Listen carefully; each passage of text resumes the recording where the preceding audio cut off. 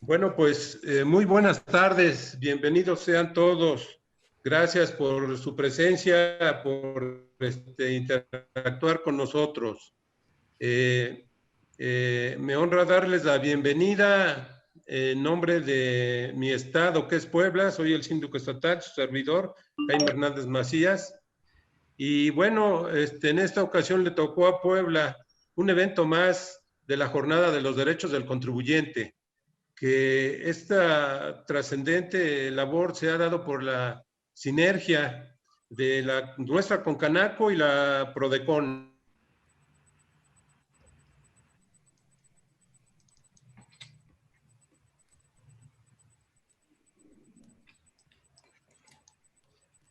Hay síndicos regionales se colegian para coordinarnos. En este caso, el contador Héctor Ortega es mi coordinador de la zona centro.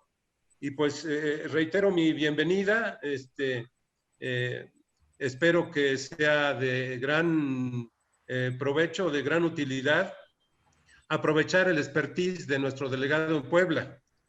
Entonces, adelante, Octavio, por favor. Muchísimas gracias, Jaime. Muchísimas gracias. Y bueno, como siempre, es un privilegio conversar con ustedes.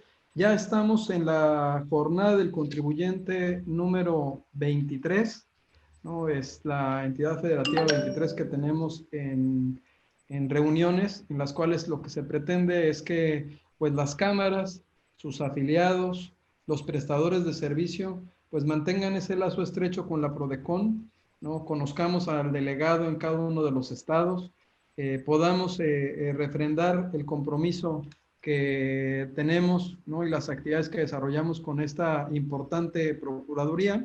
Y el día de hoy, pues bueno, tenemos al maestro César Iván de la Torre Flores, quien es el delegado en Puebla de la Procuraduría de la Defensa del Contribuyente. Y bueno, pues para tal efecto le pediremos a nuestro tesorero, el ingeniero Héctor Tejada Sharp, que nos dé un mensaje de bienvenida en representación de nuestro presidente, el arquitecto José Manuel López Campos. Adelante, Héctor.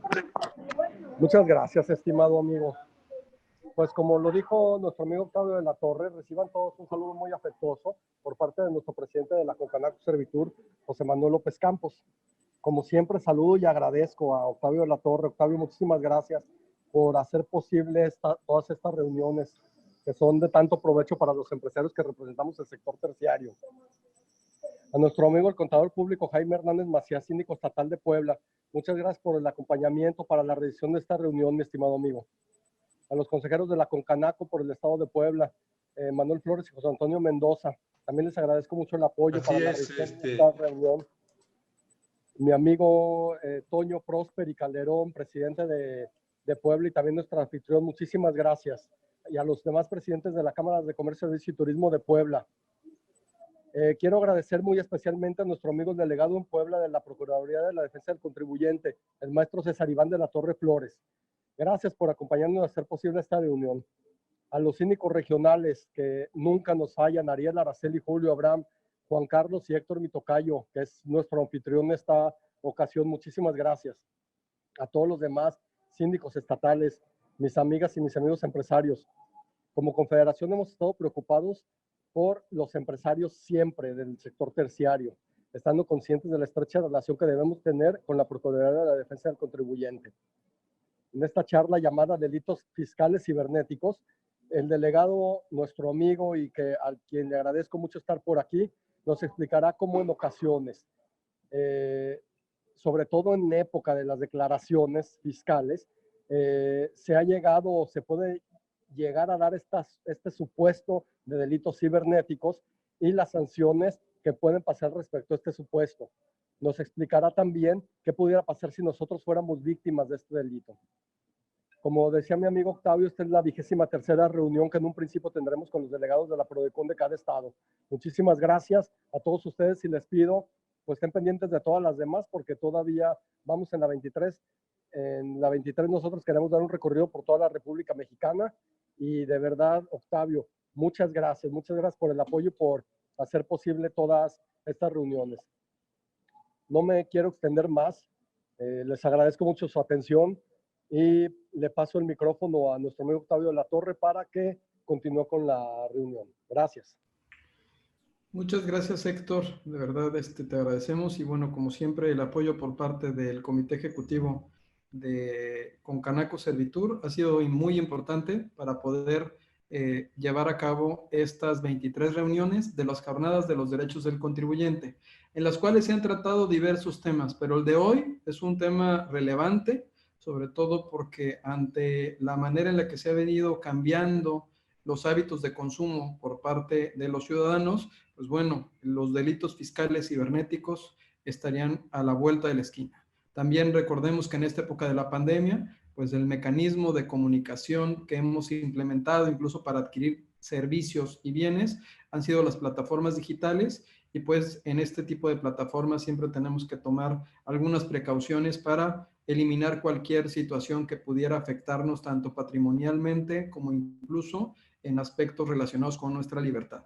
Y pues le cedería y le pediría al contador público Jaime Hernández Macías, síndico estatal en Puebla, si nos ayuda a leer la semblanza del maestro César Iván de la Torre Flores. Adelante, Jaime.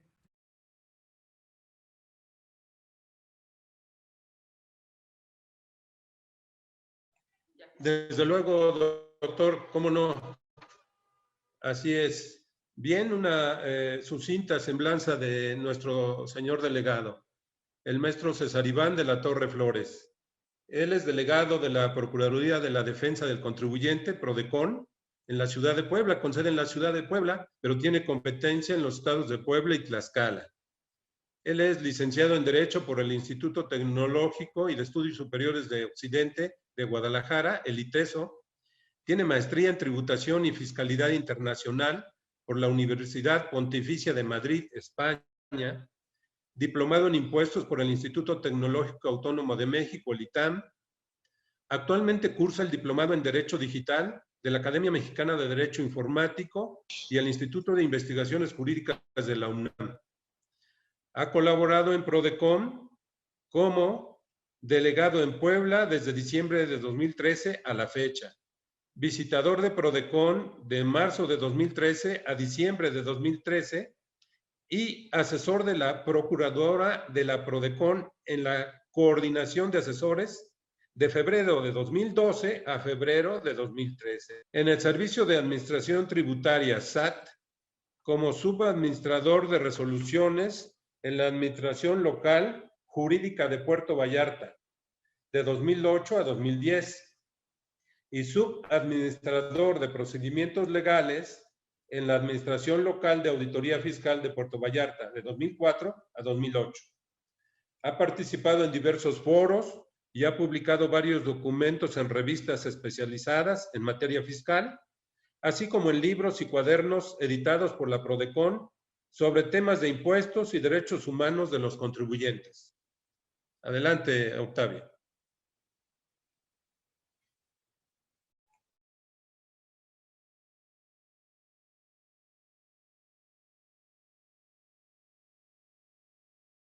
Perdón, tenía cerrado el micrófono. No sé si el presidente de la Cámara se integró finalmente.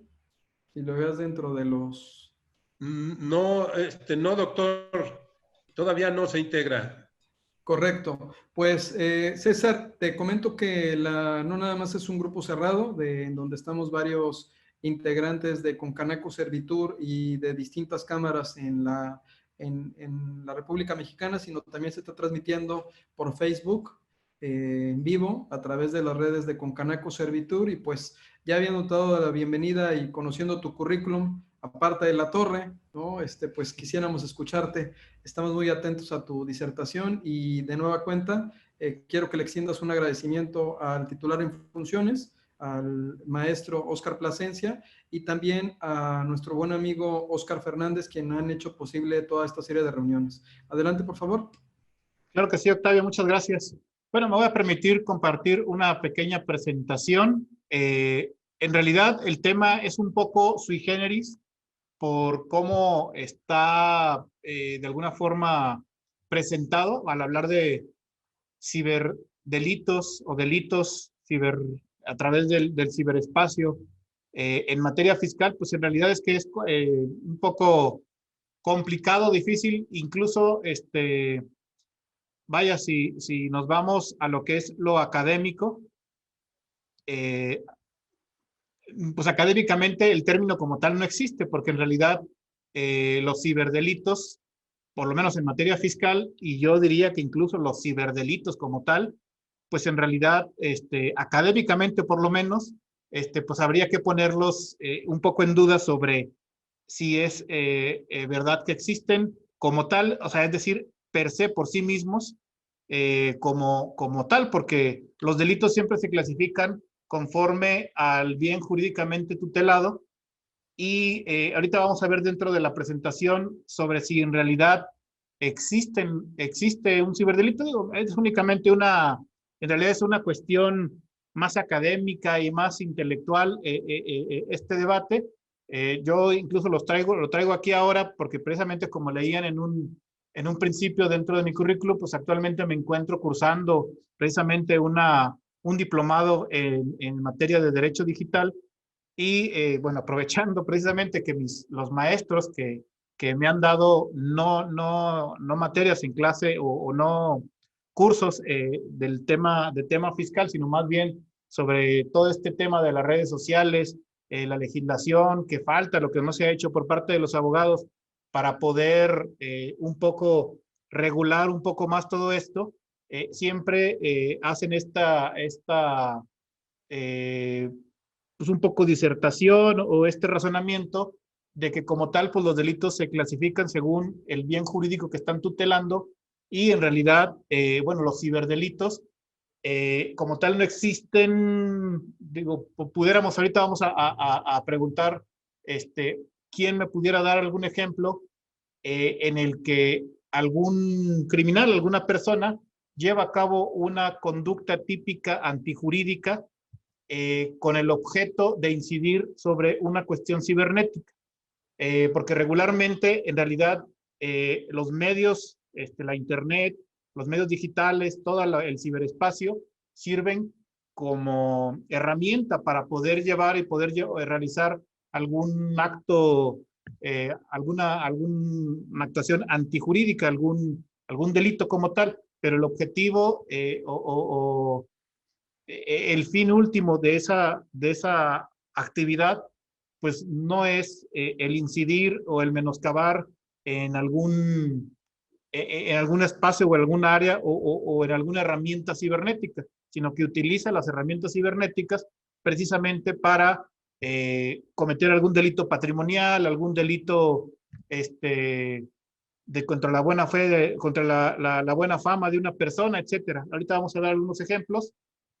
Nada más les pido, por favor, si me pueden decir si ahí se ve bien la presentación o está, porque nada más la veo yo, la pura presentación, pero no veo. Sí, se ve correcto, nada más si quisieras ponerla aplicarla en presentación con diapositivas A ver. y ponerla desde la actual y ya lo que tú estás viendo es lo que estaremos viendo nosotros. Isa, ¿dónde está el botón que sugiere siempre que inhabiliten, Isaí? Hola, maestro César, buenas tardes. Buenas tardes. En la parte de arriba donde dice que está presentando, no sé si puede acercar su puntero y después irse del lado derecho donde dice más y después habilitar la opción que dice inhabilitar que los participantes anoten. Pero, a ver. Por todo lo que tienen que pagar. Es en el modo. Es que como estoy viendo ahorita la pura presentación. Sí, si quiere dele poquito escape nada más. Ajá. Y le digo, en la parte de arriba, donde dice que está presentando, dice más. Nada más esta es parte actualizada. Cuenta que para la hoja de ayuda solamente te va a pedir importe histórico, parte actualizada y el...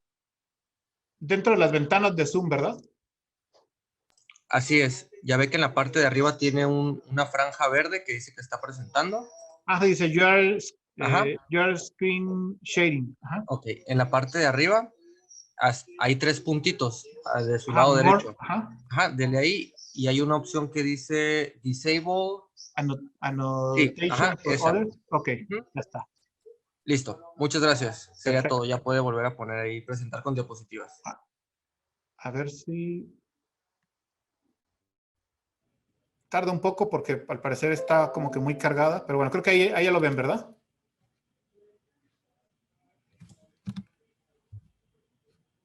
Bueno, un poco y también aprovechándome de que precisamente estoy cursando este diplomado, pues hablo un poco sobre lo que es, en general, primero vamos a hablar de lo que son los delitos cibernéticos, para después ir acotando a lo que es la materia fiscal y bueno, ya un poco lo venía yo adelantando respecto pues un poco sobre el cuestionamiento sobre si en realidad existen los ciberdelitos en materia fiscal. Aquí, del lado derecho, tenemos una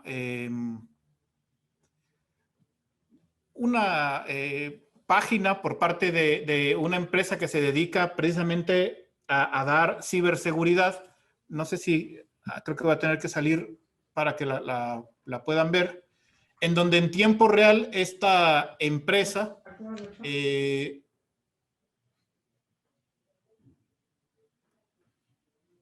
¿pueden ver aquí esta imagen del mundo? Sí, sí vemos delitos cibernéticos y tienes del lado derecho está el mapa de Norteamérica y del lado izquierdo Ah, no, es que, ya dejaste de presentar. ajá, es que se estaba presentando nada más la pura, ¿Trae un video? ajá, no es un video, es en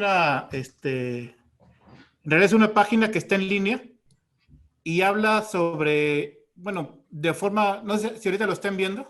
Sí, es un mundo Así es. y está lleno Pues son un montón de redes de telecomunicaciones, de todo tipo de herramientas que utilizan pues, la web para precisamente pues, tener comunicación con cualquier persona en cualquier parte del mundo. Por aquí tenemos, y de lo que habla esta página es de las posibles actividades o actos que se estén realizando en todas las partes del mundo a través del Internet de las cosas, como le llaman. Y aquí tenemos el caso de México, en donde nos presenta el número bueno, estos son distintos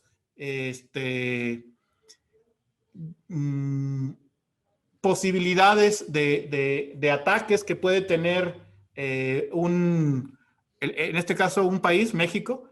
Tenemos aquí incluso a México como el número 15 del país más atacado y tenemos todas estas posibilidades o estudios que se están haciendo respecto de comunicaciones en tiempo real que están ocurriendo pues, en nuestro país.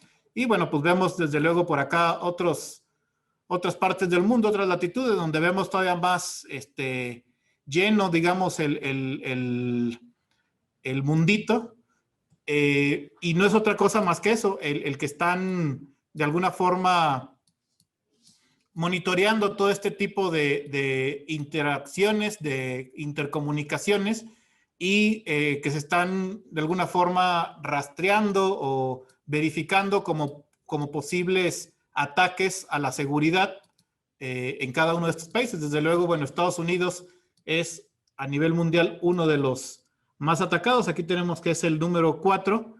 México, decíamos, es el número 15 a nivel mundial y posiblemente de Latinoamérica será el número 2 o 3, porque pues sí, es de los países con mayor actividad, por tal vez únicamente de los de Latinoamérica, por debajo de a lo mejor Brasil y algún otro. A ver, vamos a regresar ahora sí a la presentación.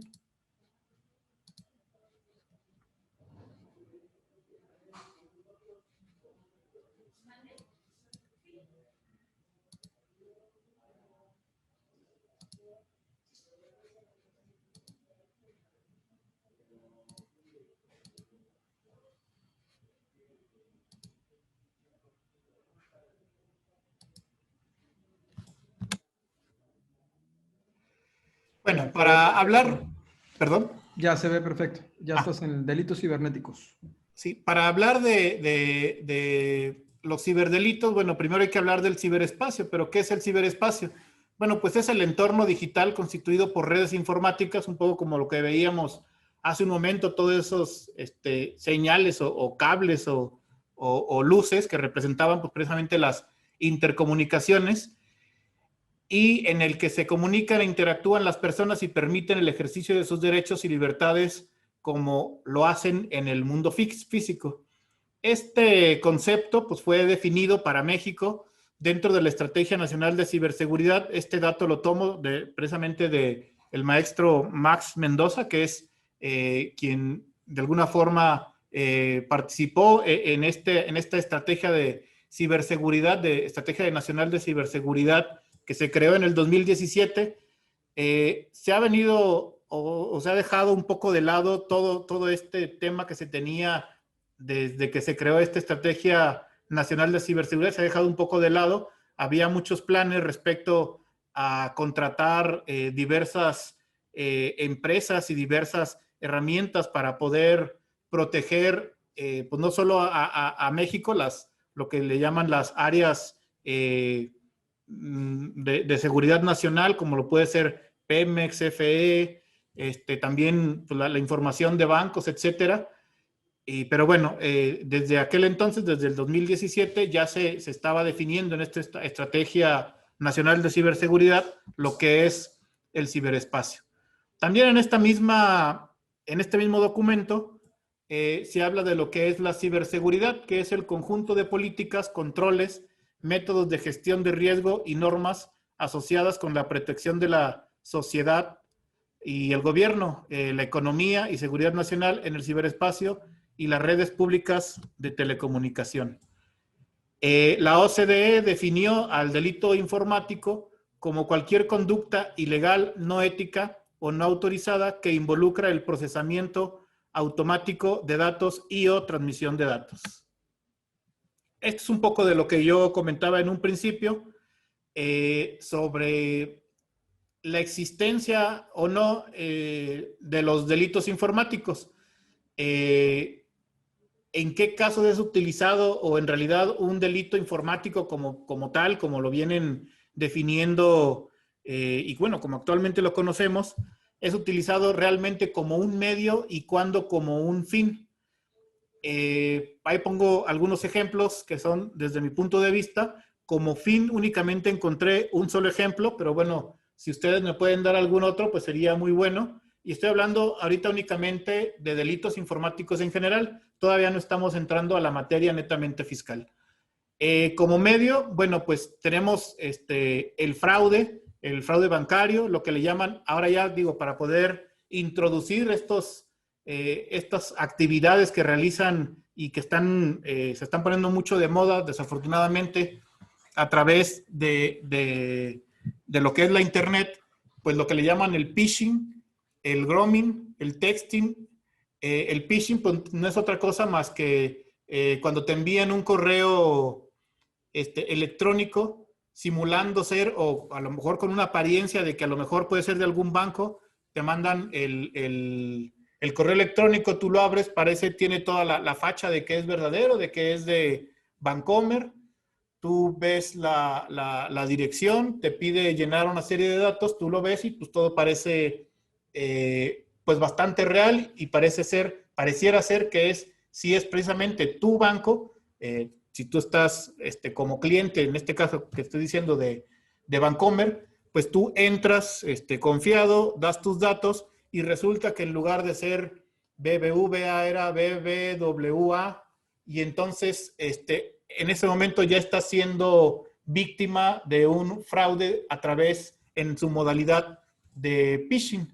Es decir, es cuando el delincuente, la persona, a través de enviar o de crear una apariencia de que supuestamente es, en este caso, tu banco, te solicita información y esa información, pues evidentemente la utilizará más adelante, pues para secuestrar tu cuenta, para hacer movimientos, etcétera. No sabemos para qué la puede utilizar.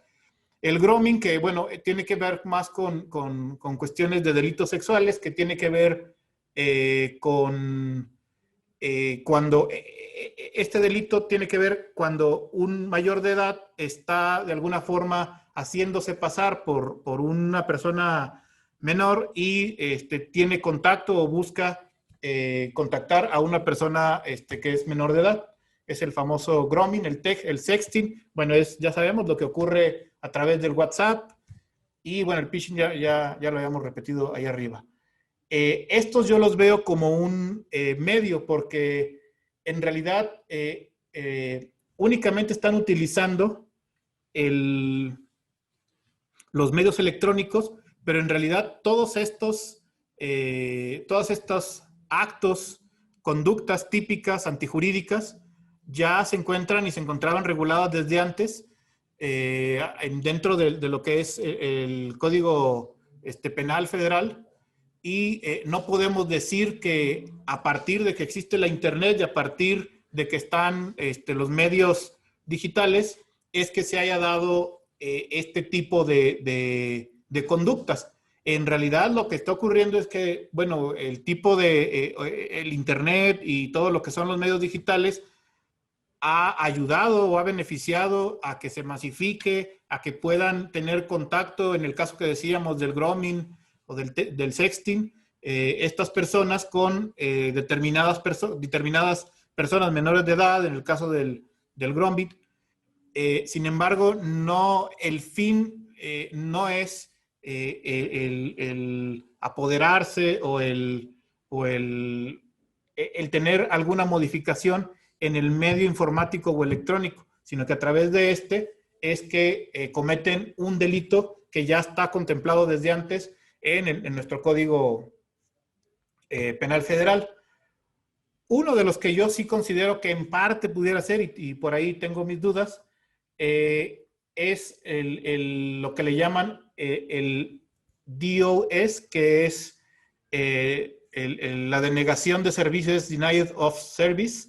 Tiene que ver precisamente con que algún hacker actúa sobre una empresa, sobre una, ya sea privada o pública. En el caso de Pemex, escuchamos recientemente que se tomó información y que de alguna forma no se podía operar. Entiendo yo, ya no leí a profundidad la noticia.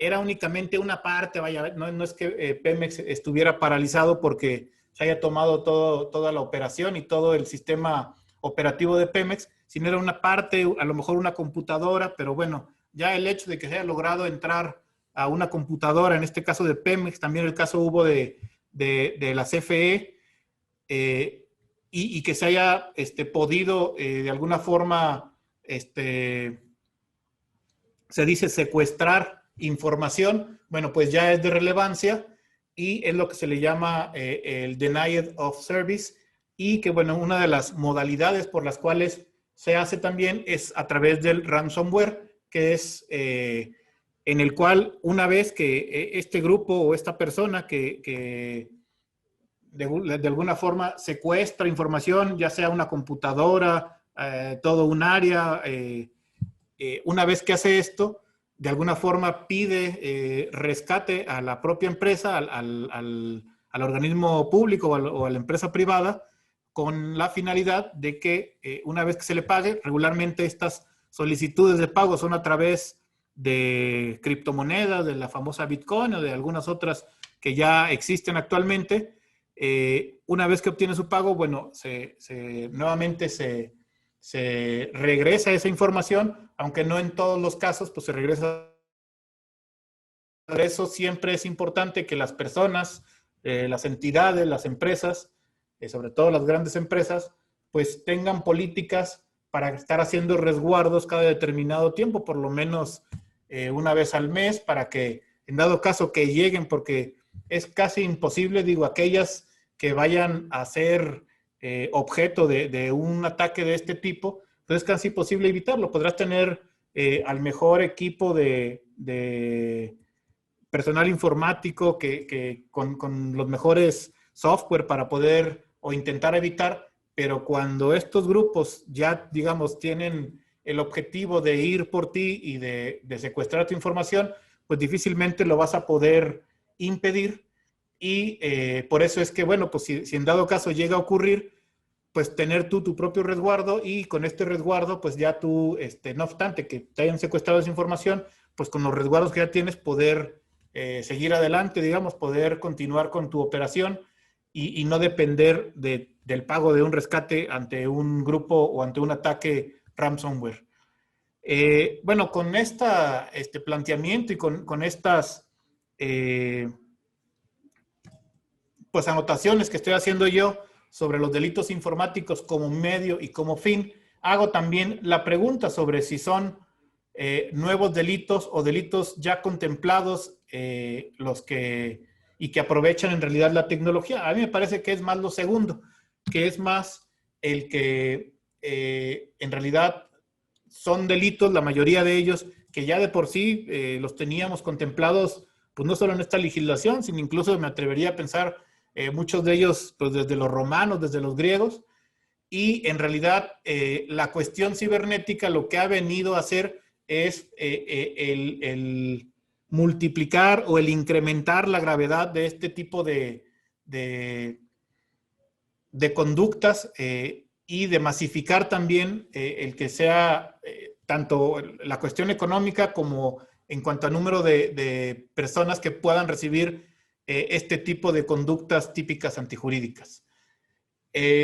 Bueno, de hecho, existe el Crime as a Service, que es un poco lo que le comentaba de los hackers, en donde pues, se utiliza, se aprovecha la capacidad y el conocimiento, incluso ni siquiera es que sean personas muy duchas en cuanto a los temas de informática, sino que a lo mejor conocen muy bien a la entidad, conocen muy bien a la persona, y en base a ese conocimiento que tienen de esa persona, pues pueden llegar a cometer algún delito informático como el suplantar su identidad, poder introducirse a la empresa, a las redes de la empresa o de sus redes sociales incluso, y a través de eso poder obtener información que pues pudieran en un momento dado utilizarla en contra de la entidad o de la persona. Los tipos de hackers, bueno, pues son tres. Los tenemos aquí. Es el black, el white y el gray. El black, pues es realmente el malo. Es el que realiza conductas delictivas. Es el que realmente, generalmente trabaja bajo contrato y intenta atacar o entrar a la información de una entidad, de una empresa, de una persona, con el fin de obtener ganancias. Es decir, sí pues es como le llaman por ahí, un mercenario.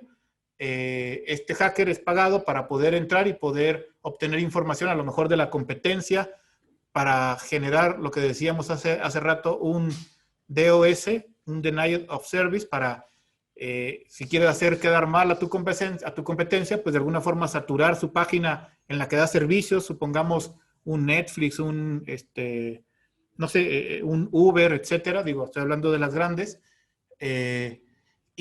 Bueno, sí que lo hace pues únicamente con el único fin de obtener ganancias y de que se le pague. El white pues es un hacker.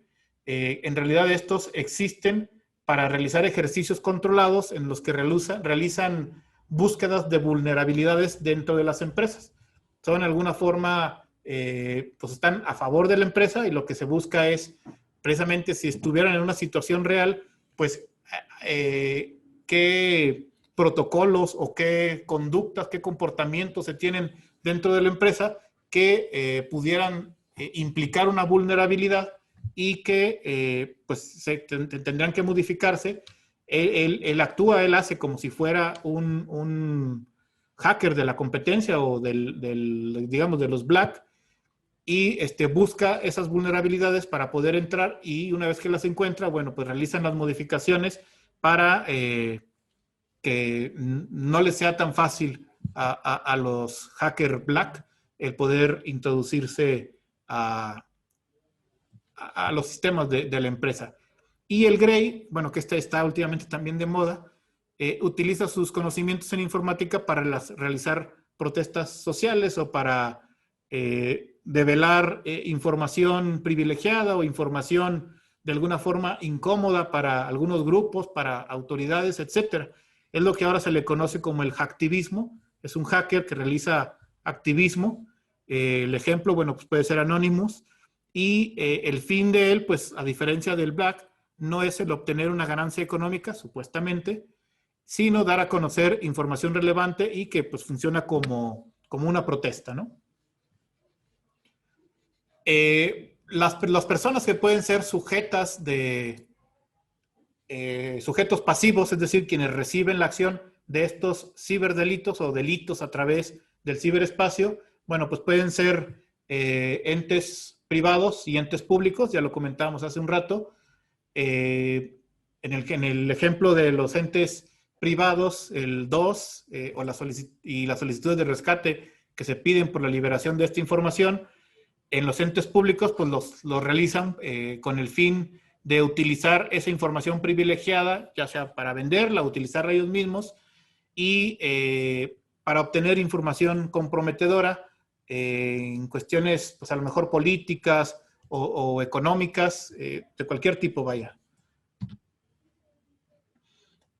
Alguno de los, digo, como un dato, lo que cuesta los cibercrímenes en general a la banca. Tenemos aquí una noticia que es, me parece que del Financiero, ¿no? de Expansión, y en este nos dicen el cibercrimen le cuesta 107 millones de dólares a la banca mexicana. Y yo creo que, bueno, este es un dato de la OEA, lo obtuve aquí de internet.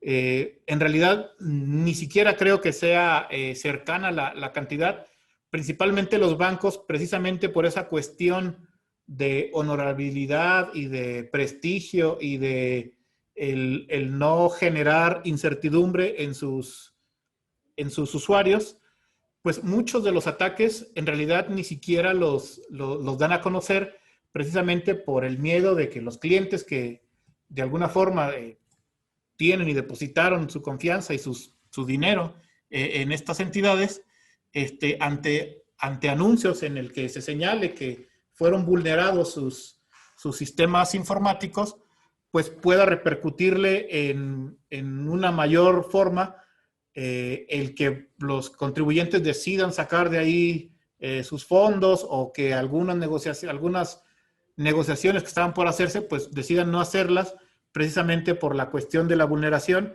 Y por eso es que, pues la verdad es que, digo, se señala aquí 107 millones de dólares, pero seguramente la cifra por lo menos debe ser del doble de esta cantidad. También, en general, en cuanto a lo que es el cibercrimen, se señala ya en México nada más, se señala que el cibercrimen cuesta hasta 9,000 millones de dólares en México. Esto, pues con todo lo que tienen que hacer las entidades respecto de medidas de seguridad, pues para no, digo, o aunque se tengan ataques, de alguna forma poder responder y poder continuar con la operación de las entidades que son atacadas. Un poco ya yéndonos más a la materia fiscal, estuve viendo yo, pues en realidad, cuáles podrían ser, vaya, ya adelanté un poco que para mí no existe como tal los delitos fiscales cibernéticos. En todo caso existen los delitos fiscales. Pero bueno, ¿cuáles pudieran ser o cuáles están dentro de toda esta, qué tipo de conductas pudieran entrar dentro de esto que seguramente es lo que estamos identificando como delito fiscal cibernético? Y bueno, teníamos estas conductas, que es el lavado de dinero, que en realidad no voy a entrar mucho al tema del lavado de dinero, porque en realidad me parece que el lavado de dinero es una consecuencia más allá. Es decir, me parece que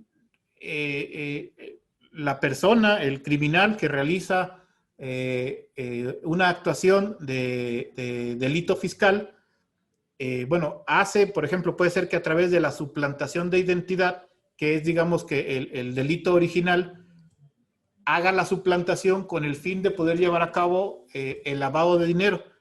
pero ya es otra cuestión más allá de lo netamente fiscal, y en realidad la actuación o el origen de ese fin, que era el blanquear capitales, que es como se le conoce también al lavado de dinero, pues originalmente fue suplantando la identidad de otra persona, como en ejemplos que vamos a ver ahorita más adelante. También está, bueno, pues en el caso de el desvío de recursos, cuando alguna persona, ya sea incluso en el ámbito privado o en el ámbito público, por alguna cuestión decida o quiera hacer un desvío de recursos, bueno, también puede utilizar esta figura de la suplantación de identidad vaya, pero nuevamente regresamos a que el origen es una conducta común, que es el suplantar originalmente la identidad de una persona con el fin de realizar algún desvío de recursos. Igual el tema de la defraudación fiscal y el tema de las deducciones improcedentes, cuando se pretende disminuir la base por parte de contribuyentes. Anteriormente, como decíamos, y que bueno, todavía existe el tema de las compras de facturas, pero también el tema de el robo de los datos de una persona. En Prodecon hemos visto casos en los que, sobre todo en empresas que ofrecen outsourcing, o que ofrecen trabajos a personas, estas personas les piden que se den de alta ante el SAT, esto con algunas obligaciones fiscales, con el fin únicamente de poder tomar sus datos, poder tomar sus contraseñas, la información de los contribuyentes, su RFC, y a través de esos estar emitiendo o buscando el que se les emitan facturas y poder disminuir la base gravable de estos contribuyentes. Por ahí hay un caso muy famoso que seguramente podrán ver, no sé si hayan por ustedes escuchado del libro que se emitió por parte de Prodecon el año pasado, que habla de 101 historias de terror vividas por contribuyentes en materia fiscal. En ese, bueno, precisamente contamos 101 historias, y varias de ellas hablan por ahí, bueno, una habla del caso de una persona que repentinamente recibe una carta por parte del SAT en la que le dice que, no recuerdo ahorita la cantidad, pero que alrededor, que bueno, que él venía tributando en el régimen de incorporación fiscal, y se tiene información por parte del Servicio de Administración Tributaria de que pues, evidentemente no podría seguir tributando en este régimen, porque se tiene la información en virtud de los FDIs que se revisan de esta contribuyente, de que recibió una cantidad, creo que de hasta 7 millones, algo así, en una sola operación.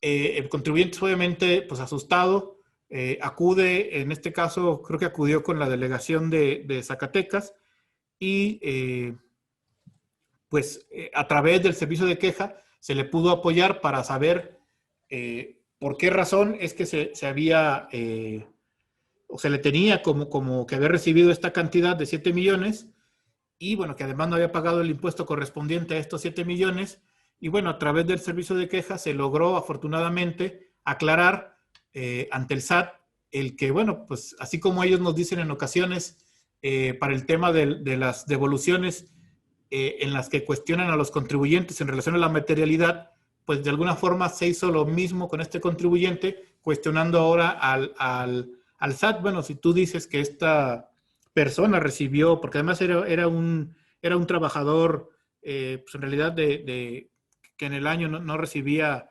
generalmente en promedio más de 500,000 pesos, y se le cuestionaba en este sentido al SAT, bueno, si tú dices que esta persona en una sola operación recibió una cantidad mayor a 7 millones y que no pagó el impuesto, pues ¿en dónde están estos 7 millones? Pues seguramente pues, tuvo que haber sido a través del sistema financiero. ¿Cómo es que recibió estas cantidades? Bueno, al final se llegó a la conclusión de que efectivamente habían robado la identidad y los datos de este contribuyente, y a través de esta conducta es que se le emitió el CFDI como si hubiera sido él quien hubiera recibido esta cantidad de 7 millones. Aquí, bueno, una vez explicado lo que señalé en relación a las distintas conductas que en materia fiscal pudieran tener que ver con algún delito y sobre todo pues, hacia el tema de la utilización de las herramientas digitales o cibernéticas, me permito hacer una aclaración entre lo que es la diferencia entre robo y suplantación de identidad. Nos señalan que la suplantación de identidad suele ser realizada por la creación de un perfil falso, esto pues, directamente en lo que ve a redes sociales, pero con la identidad de otra persona a la que se pretende suplantar.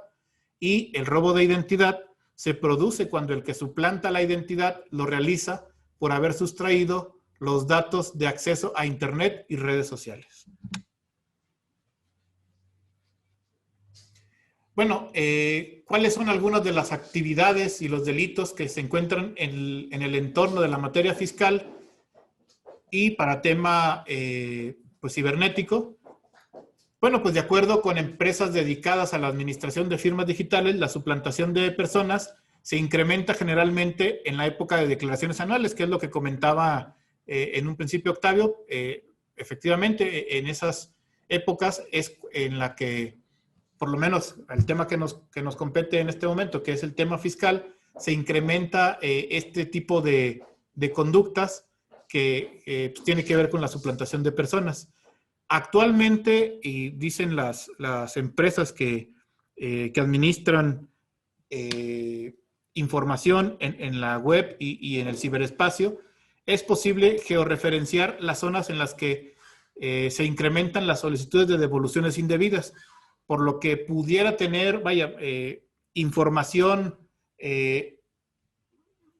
pues, lo bastante contundente del Servicio de Administración Tributaria como para poder identificar primero, pues, cuáles son las zonas en las que se está incrementando esta solicitud de devolución y averiguar por qué razones, en específico, en estas zonas, se están solicitando, ya sea por zona o por giro, este tipo de devoluciones.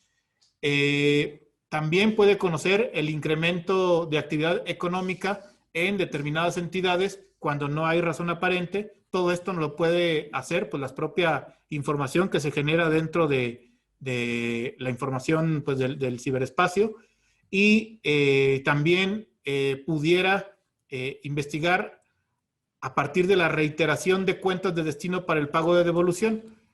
Este es otro tipo de conductas que, pues de hecho aquí también en esta delegación de Puebla nos ha tocado conocer, en la cual se cometen delitos en materia fiscal a través de las herramientas electrónicas o digitales y aunque en realidad también debo decir que esto ya a últimos años no ha ocurrido, entiendo yo que es por lo que realiza el SAT en cuanto a confirmar que la cuenta clave que se señala por parte de los contribuyentes en la que solicitan que se les efectúe el pago de devolución, antes de hacer el pago de esa devolución, están confirmando que efectivamente corresponde, porque además así lo dice las reglas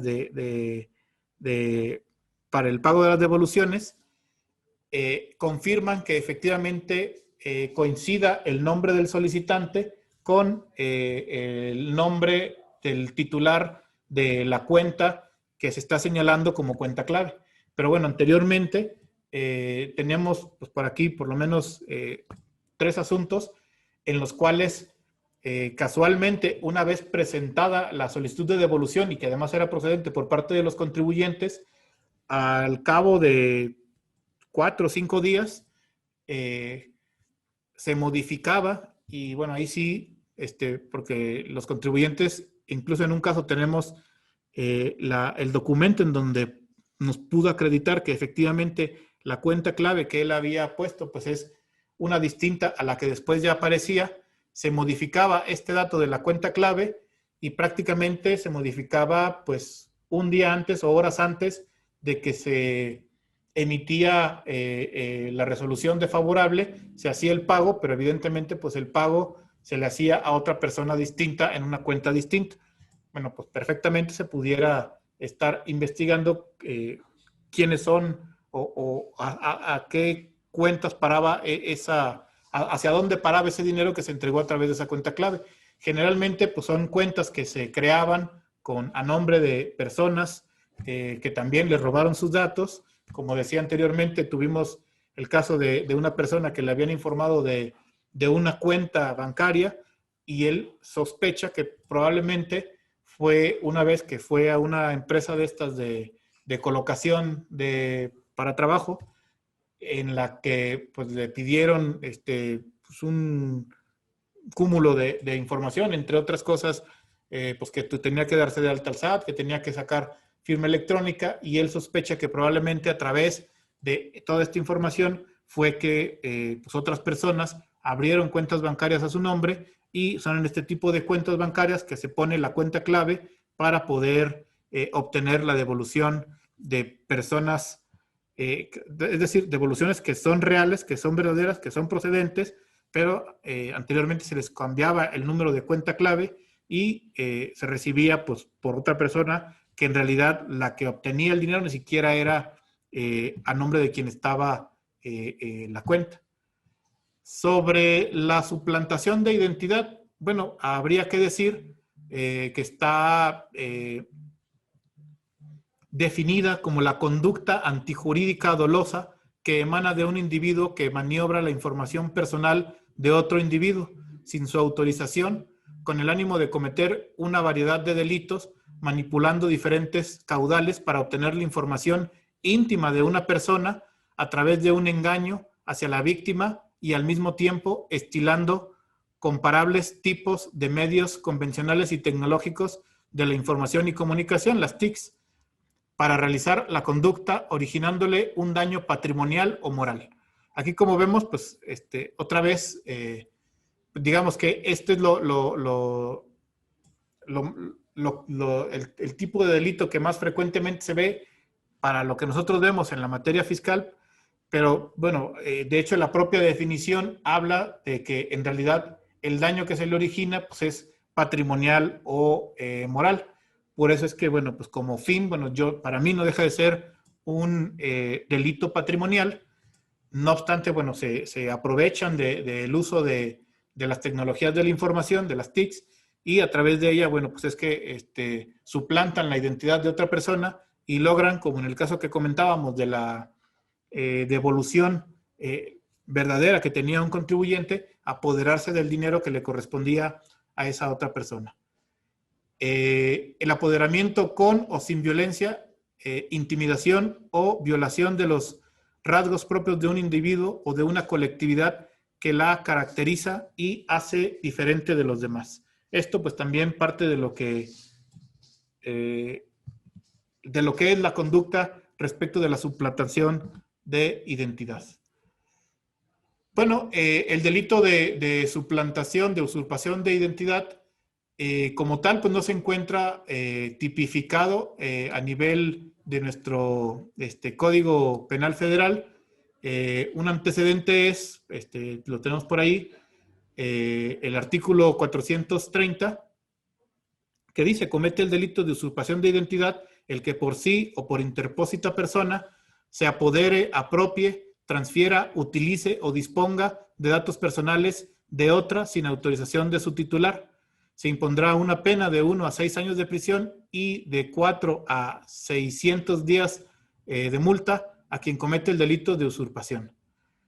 Como antecedente, bueno, está el artículo 112 sextus, que señala: se sancionará con prisión de 3 a 9 años y multa de 30,000 a 300,000 unidades de medida y actualización a quien, valiéndose de cualquier medio físico, documental, electrónico, óptico, magnético, sonoro, audiovisual o de cualquier otra clase de tecnología, suplante la identidad, representación o personalidad de una autoridad financiera o de alguna de sus áreas o de alguno de los sujetos a que se refiere el artículo 3 de esta ley, o de un servidor público directivo, consejero, empleado, funcionario o dependiente de estas, en los términos establecidos por el artículo 116 bis 1 de la presente ley. Este es de la ley de instituciones de crédito.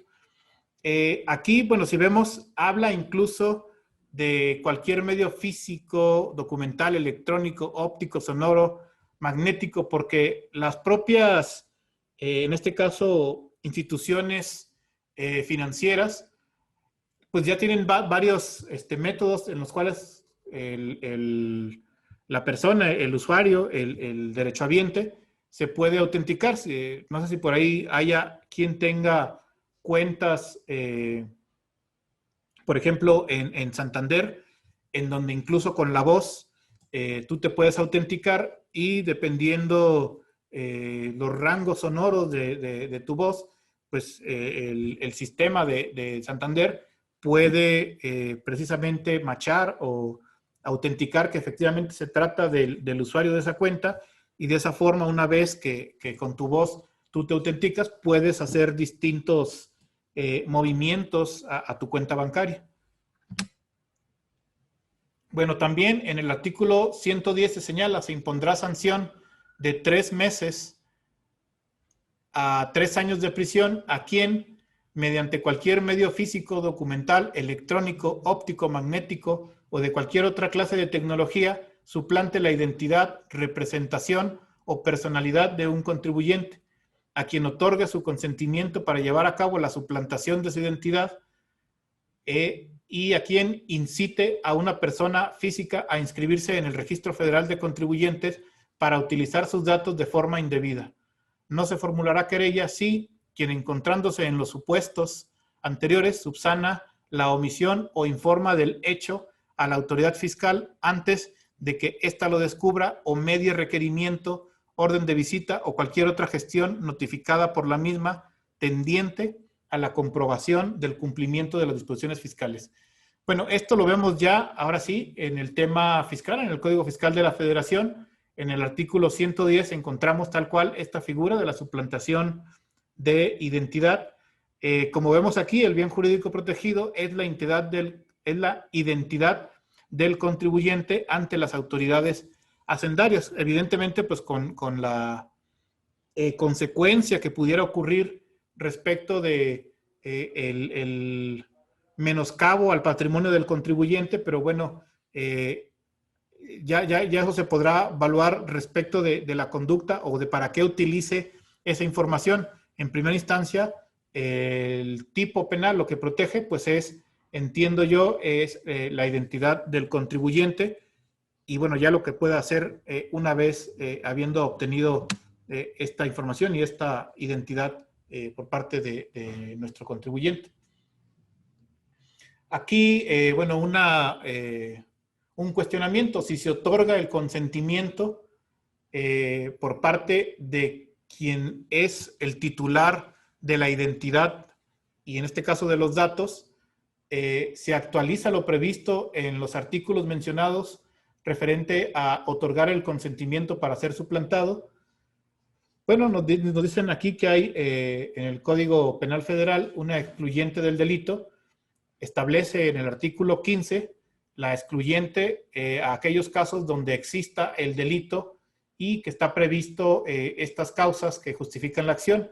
Dice el artículo 15, fracción tercera: el delito se excluye cuando se actúe con el consentimiento del titular del bien jurídico afectado, siempre que se llenen los siguientes requisitos: que el bien jurídico sea disponible, que el titular del bien tenga la capacidad jurídica para disponer libremente del mismo y que el consentimiento sea expreso o tácito y sin que medie algún vicio, o bien que el hecho se realice en circunstancias tales que permitan fundadamente presumir que, de haberse consultado al titular, éste hubiese otorgado el permiso.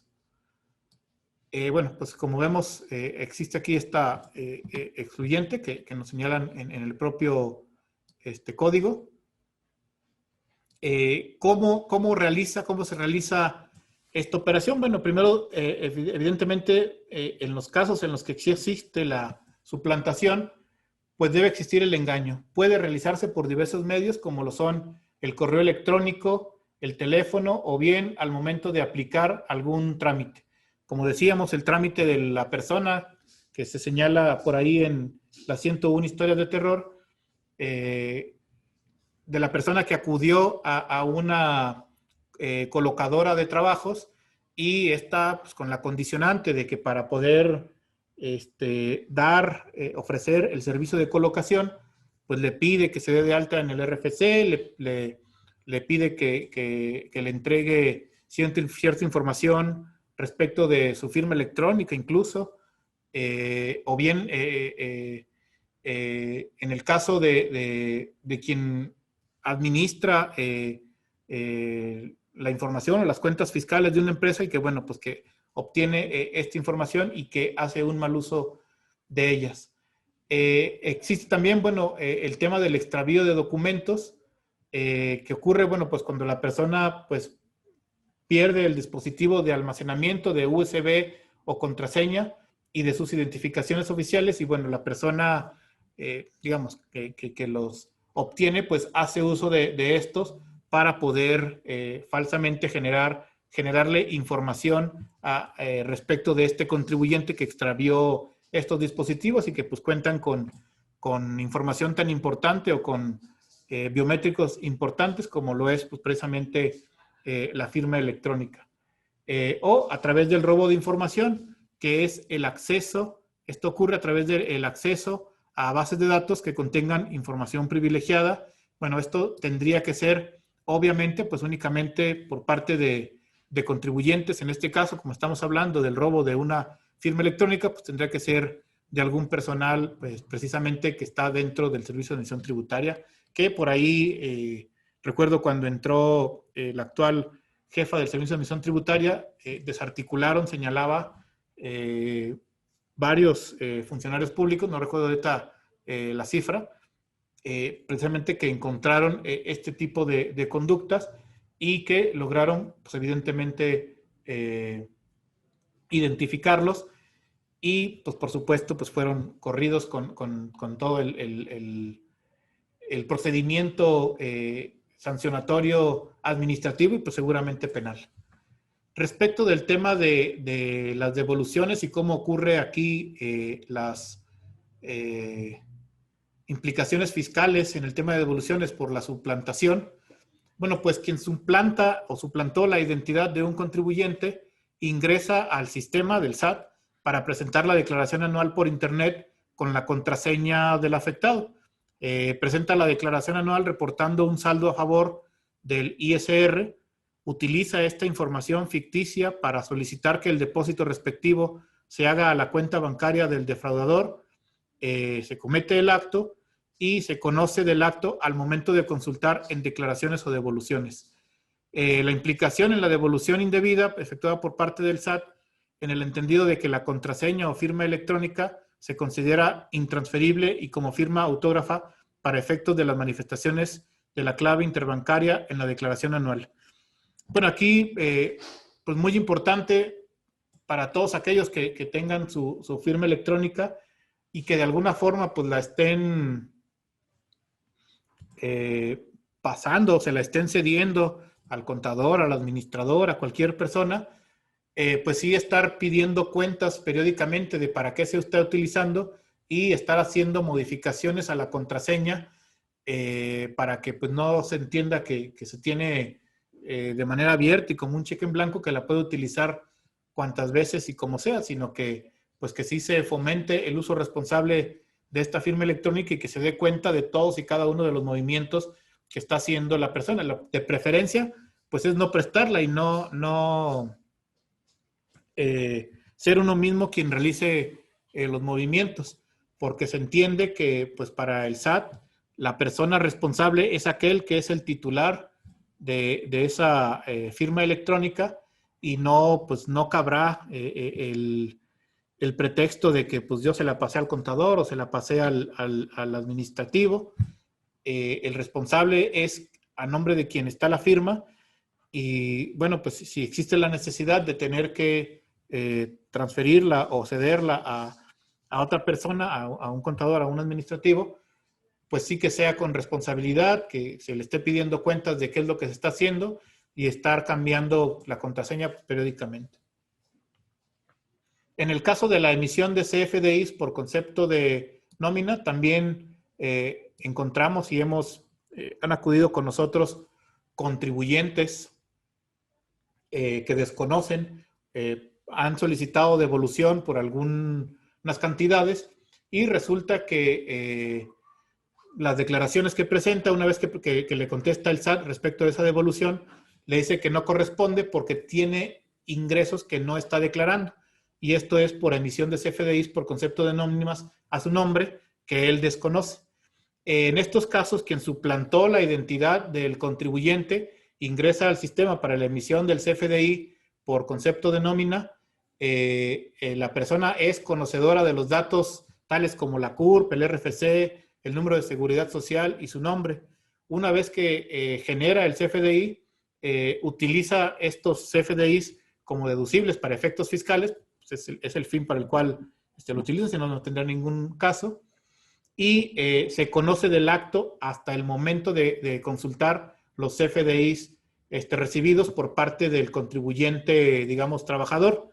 La implicación que al momento de presentar la declaración anual existan ingresos por los cuales la persona física afectada tenga que pagar un impuesto mayor y se le niegue la devolución originalmente presentada, solicitada, o bien que deba generar la obligación de presentar la declaración anual al existir más de un retenedor cuando pues, originalmente no tenía esa obligación. También otra de las variables en este tema de la suplantación de identidad es la emisión de CFDIs por parte de las entidades, las llamadas EFOS, que son entidades que emiten CFDIs de manera indebida. Quien suplanta la identidad de estos contribuyentes ingresa al sistema para la emisión de CFDI. Esta persona pues, es conocedora de los datos como la CURP, RFC, Seguro Social.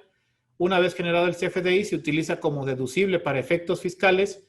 Se conoce del acto hasta el momento en el que se consulta el CFDI emitido y la implicación pues, es la de los ingresos presuntos, posibles multas para el contribuyente al que se le emitió ese CFDI, la posibilidad de una cancelación de certificado de sello digital conforme la cancelación o restricción, conforme al 17H y 17H bis, que bueno, que de hecho esta es una de las propuestas también que se están haciendo actualmente por parte del Ejecutivo. Se está proponiendo que ahora las personas que se encuentren dentro de los supuestos de cancelación de certificados, ya sea por ser EFO o por ser EDO, que no tengan la posibilidad de que se le restrinja temporalmente y que pueda presentar una solicitud de aclaración y una vez presentada la solicitud de aclaración se levante temporalmente su cancelación. En estos casos, bueno, lo que se está proponiendo para el 2021 es que estas personas están en otra bolsa y no van a poder tener parcialmente liberados sus certificados, sino que como estábamos antes del 2020, tendrá cancelados sus certificados de sellos, o tendrá que irse a una ficha de trámite, la 47 del CFF, y en dado caso de que logre aclararlos, pues se le podrá ya entonces sí descongelar o habilitar sus certificados, pero en ningún momento va a tener provisionalmente habilitados sus certificados, como sí en los demás casos de las personas del artículo 17H bis. Para estos casos, para los tres casos que ya estábamos comentando, que es, bueno, el de las devoluciones, el de la emisión de CFDIs por concepto de nóminas en el caso de los trabajadores y para los que resultan ser EDOs de algunos EFOS, pues lo que estamos sugiriendo y lo que se ha resuelto, lo que se ha apoyado por parte de Prodecon es el apoyo a través de la queja. Estos son los datos que se tienen que llenar de forma, digamos, muy somera. Y una vez que se llenen los datos, nosotros a través de Prodecon estaremos haciendo las acciones de investigación correspondientes con el fin de aclarar que pues, el contribuyente no obtuvo, en el caso del trabajador, los ingresos por esa cantidad, que quien lo está informando, pues de plano, pues es alguien con quien no se tiene relación por parte del trabajador. En el caso de los CEDOS, pues lo mismo. y a través de esta oficina, bueno, de las oficinas de PRODECON, se les puede apoyar para poder aclarar en cuanto al trámite, digamos, administrativo fiscal a estos contribuyentes. En cuanto al tema netamente penal, la verdad es que el apoyo no se les va a poder dar porque la Procuraduría de la Defensa del Contribuyente es un organismo que apoya a los contribuyentes en materia fiscal. Entonces, digamos que competencialmente no pudiéramos apoyarlo a presentar las denuncias que fueran las que corresponda por parte de los contribuyentes y a lo mejor los podemos asesorar, pero no pudiéramos dar seguimiento y llevarlos en el tema penal. Pero bueno, sí le podríamos dar alguna pequeña asesoría. En cuanto al trámite de la queja, bueno, pues sería el siguiente. Una vez que se presenta la solicitud de queja, la PRODECON tiene el plazo de 3 días para admitir y notificar a la Autoridad Fiscal Federal. Una vez que se notifica a la Autoridad Fiscal Federal, nosotros le damos este acuerdo de requerimiento de información, este ARI, la autoridad tendrá el plazo también de 3 días para rendir un informe respecto de los actos o hechos de los cuales se está quejando la contribuyente. Y una vez que se reciba este informe, PRODECON tendrá un plazo de hasta 5 días para emitir ya sea un acuerdo de no responsabilidad o un acuerdo de recomendación a la Autoridad Fiscal Federal. Esto de forma obviamente muy genérica. Ya si es necesario se pueden hacer más acciones de investigación en dado caso de que se necesite documentarse más del asunto o requerir incluso a otras autoridades o a otras entidades, no necesariamente incluso o no únicamente del ámbito fiscal. En el caso de emitirse la recomendación, se notifica a la autoridad fiscal y esta pues tendrá el plazo de 3 días para señalar si acepta o si no acepta o se acepta parcialmente esta recomendación. Una vez notificado o presentada esta respuesta por parte de la autoridad a PRODECON, se tendrá el plazo de 10 días para demostrar, en dado caso de que acepta la autoridad esta recomendación, tendrá el plazo de 10 días para demostrar que ha dado cumplimiento a esta recomendación, en la que PRODECON, en su recomendación propiamente, estará señalando cuáles son los puntos en los que hubo una violación y la forma en la que deberá restituir al contribuyente en sus derechos humanos como contribuyentes. Bueno, ya es digamos, el comercial. Este código QR, si tienen por ahí ustedes su teléfono celular, funciona para que ustedes con la cámara, si es que tienen habilitada la función, en dado caso de que requieran alguno de los servicios de esta delegación, pues con el código QR pueden, una vez que señalen el código, abrir, los lleva a la página que es en la cual se pueden agendar citas para que dentro de esta delegación Puebla-Tlaxcala podamos apoyarlo, y no importa que el asunto que tenga el contribuyente sea de una entidad distinta de los estados de Puebla y de Tlaxcala.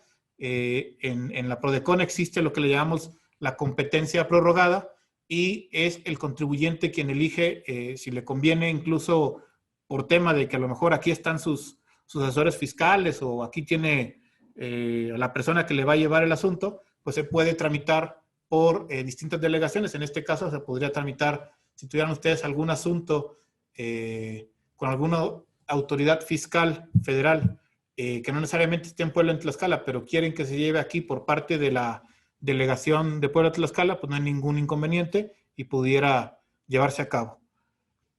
Pues de forma general, los temas que les traigo. Más o menos cumplimos con el poquito rebasados del tiempo.